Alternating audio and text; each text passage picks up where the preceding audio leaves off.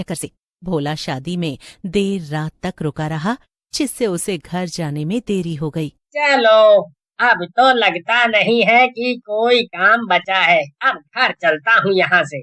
भोला अपनी गाड़ी निकालता है और घर की तरफ चल देता है। वो अपनी गाड़ी से घर की तरफ जा ही रहा होता है कि तभी लगता है आज माँ बहुत सुनाएगी। इतनी देरी जो कर दी घर आने में, पर ये तो समझेगी नहीं कितने पैसे कमा के लाया हूँ। खैर, खाना भी बहुत स्वादिष्ट था। महीने में 2-3 शादियाँ ऐसी ही मिल जाए तो कितना अच्छा जीवन चले। भोला जंगल के बीच में होता है, तभी उसे टॉयलेट लग जाती है। एक तो जब भी लेट हो जाता हूँ, ये टॉयलेट जरूर आ जाती है। अब इसके चक्कर में इस घने जंगल में रुकना पड़ेगा। भोला जंगल में उतरकर अंदर की तरफ टॉयलेट करने जाता है। तभी उसकी नजर वहाँ पड़े एसी पर पड़ती है। भोला उसके नजदीक जाता है। ये क्या चीज रखी हुई है, वो भी जंगल के बीचों बीच। भोला खुद से बात करते हुए उस चीज के पास पहुँचता है तो देखता है कि वो तो एक एसी है। अरे, ये जंगल के बीचों बीच एसी कौन छोड़ के चला गया? शायद मेरे लिए ही छोड़ा होगा इसको। अपने साथ ही ले चलता हूँ। ठीक हुआ तो भी अच्छा, खराब हुआ तो बेचकर पैसे कमा लूंगा। भोला उस एसी को अपनी कार की छत पर उठाकर रख लेता है और चारों तरफ से उसको बांध देता है। ये हुई ना बात। अब माँ गुस्सा नहीं करेगी। उसके लिए ऐसी मस्त चीज जो लेकर जा रहा हूँ, गर्मी में उसको भी राहत मिलेगी। भोला अपनी गाड़ी को चलाते चलाते आराम से गाना सुनते हुए घर जा रहा होता है कि तभी उसकी गाड़ी का वजन थोड़ा भारी हो जाता है। लेकिन भोला इस बात पर ध्यान नहीं देता। मुसाफिर हूँ यारो, न घर है न ठिकाना, मुझे चलते जाना है। बस चलते जाना, बस चलते जाना, बस चलते जाना, बस चलते जाना। ताना नाना, गाँव में यही गाना। तभी उसकी गाड़ी का वजन और बढ़ने लगता है। भोला गाड़ी से उतरकर देखता है तो वो एसी वैसे का वैसा ही होता है। तो न जाने क्यों भोला को वजन महसूस हो रहा था। ये क्या हो रहा है? मेरी गाड़ी के ऊपर कोई कूद गया है क्या? अचानक इसका वजन कैसे बढ़ने लग गया? ऐसा बोलते हुए भोला दोबारा गाड़ी में बैठ जाता है।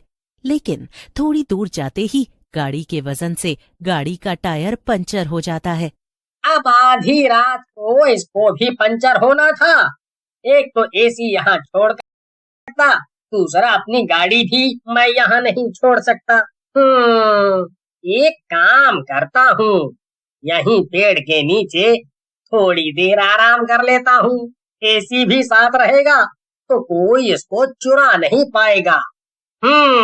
भोला एसी को खोलकर अपने साथ एक पेड़ के नीचे ले जाता है। अब यहीं थोड़ी देर आराम कर लेता हूँ। सुबह होगी तो किसी से मदद मांगकर गाड़ी ठीक करवा लूंगा और फिर घर जाऊंगा। भोला एसी को साइड में रखकर जैसे ही सोता है, अचानक ही उसको पेड़ पर कोई टंगा हुआ नजर आता है।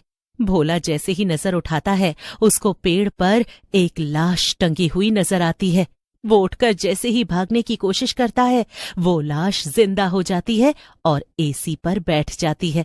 और फिर अपने साथ एसी को लेकर भोला को रोकने के लिए वो एसी ऑन कर देता है, जिसकी ठंडक से भोला वहीं जम जाता है। फिर वो एसी वहीं पड़ा होता है कि तभी एक प्रिंसिपल उस रास्ते से जाते हुए उस एसी को उठाकर ले जाता है और अपने हॉस्टल में लगवा देता है। लेकिन गर्मियों की चिलचिलाती दोपहर हॉस्टल में सिर्फ 4 छात्र बचे थे, राकेश, विक्रम, मनीष और शुभम। बाकी सब घर जा चुके थे। इन चारों ने तीसरी मंजिल के पुराने बंद पड़े कमरों में से एक को साफ किया था, क्योंकि उसमें एक पुराना एयर कंडीशनर लगा था जो कभी कभी अपने आप चलने लगता था। कमरे में हल्की ठंडक थी, सब सो चुके थे सिवाय मनीष के। अचानक एसी अपने आप चल पड़ा बिना बिजली के। बिजली पूरे हॉस्टल में गई हुई थी। मनीष ने आंखें खोलकर देखा एसी की लाइटें जल रही थी और उससे एक ठंडी धुंध निकल रही थी। धीरे धीरे एसी की ठंडी हवा कमरे में धुआं बनकर फैलने लगी और उस धुएं में एक चेहरा उभरा, डरावनी आंखें, धीमी फुसफुसाहट।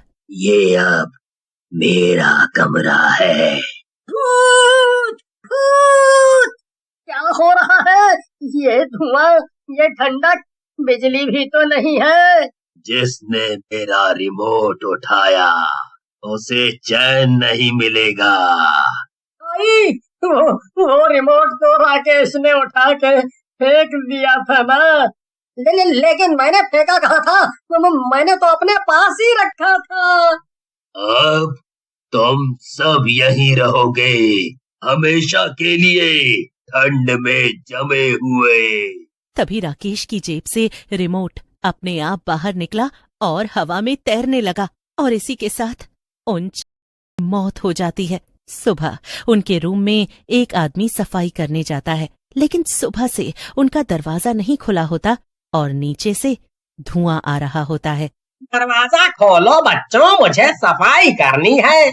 दरवाजा तोड़ दिया जाता है तो सब देखते हैं कि वो चारों मरे हुए हैं। ऐसा देखकर सब लोग समझते हैं जरूर इनकी लड़ाई हुई होगी आपस में। सभी गुस्से में सबने एक दूसरे को मार दिया।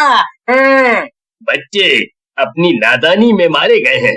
लेकिन अब लोगों को उस हॉस्टल में डर लगने लगता है, इसीलिए वो हॉस्टल बंद हो जाता है। मगर प्रिंसिपल को उस एसी से अलग ही लगाव होता है। वो उस एसी को अपने गांव ले जाते हैं और अपने घर के एक कमरे में लगवा देते हैं। लेकिन वहां भी जब वो एसी लोगों को परेशान करने लगता है तो प्रिंसिपल कहते हैं, एक काम करते हैं, इस कमरे को ही बंद कर देते हैं। अब सब लोग इससे दूर रहना। कोई भी इधर नहीं आएगा।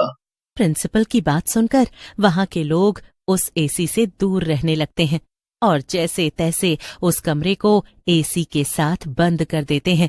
लेकिन ऐसे ही एक बार गर्मी की छुट्टियों में प्रिंसिपल का पोता विवेक अपने दादा दादी के गांव आता है। अब उस बात को बहुत साल हो चुके होते हैं। इतनी शांति है यहाँ, हम पहले क्यों नहीं आते थे माँ यहाँ?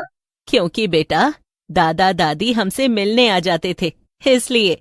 लेकिन एक अजीब बात उसको समझ नहीं आ रही थी। उस पुराने घर के एक कमरे में एक पुराना एसी लगा था जो कभी चलता नहीं था, फिर भी सब उससे दूर रहते थे। बेटा वो एसी नहीं, वो भूत वाला एसी है। जब भी वो चलता है कुछ न कुछ बुरा जरूर होता है। तुम्हारे दादाजी इसको ले तो आए, लेकिन अब कोई वहां नहीं जाता।